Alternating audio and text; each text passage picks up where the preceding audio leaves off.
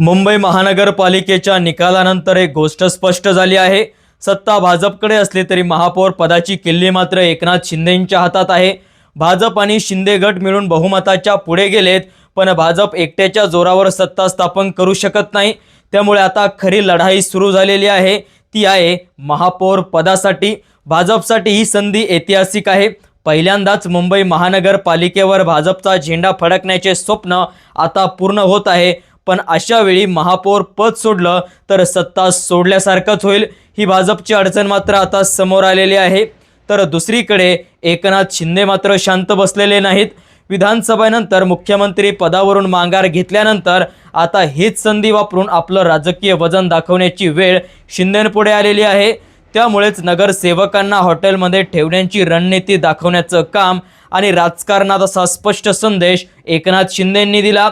महापौर पद हवं म्हणजे हवं, यामागे आणखीन एक महत्त्वाचं कारण आहे, मराठी महापौरचा मुद्दा। निवडणुकीत मराठी अस्मिता मोठ्या प्रमाणावर चर्चेत आली। ठाकरे गट संपला नाही हे 65 नगरसेवकांनी पुन्हा एकदा दाखवून दिलं। त्यामुळे शिंदेंना बाजूला केलं तर ठाकरे पुन्हा मोठे होतील, ही भीती भाजपला आहे। अजित पवारांपेक्षा शिंदे भाजपसाठी अधिक सोयीचे ठरतात, हेही भाजपच्या लक्षात आलेलं आहे। त्यामुळे शिंदेंना जपणं ही आता भाजपसाठी गरज बनलेली आहे। थोडक्यात म्हणजे सध्या तरी चित्र असं दिसत आहे, भाजपकडे संख्या असली तरी महापौर पदासाठी शिंदेंसमोर नमत मात्र भाजपला घ्यावं लागणार आहेत।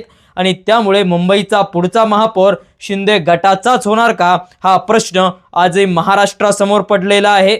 मित्रांनो, तुम्हाला काय वाटतंय, खरंच महापौर मराठी माणूस व्हायला पाहिजे का?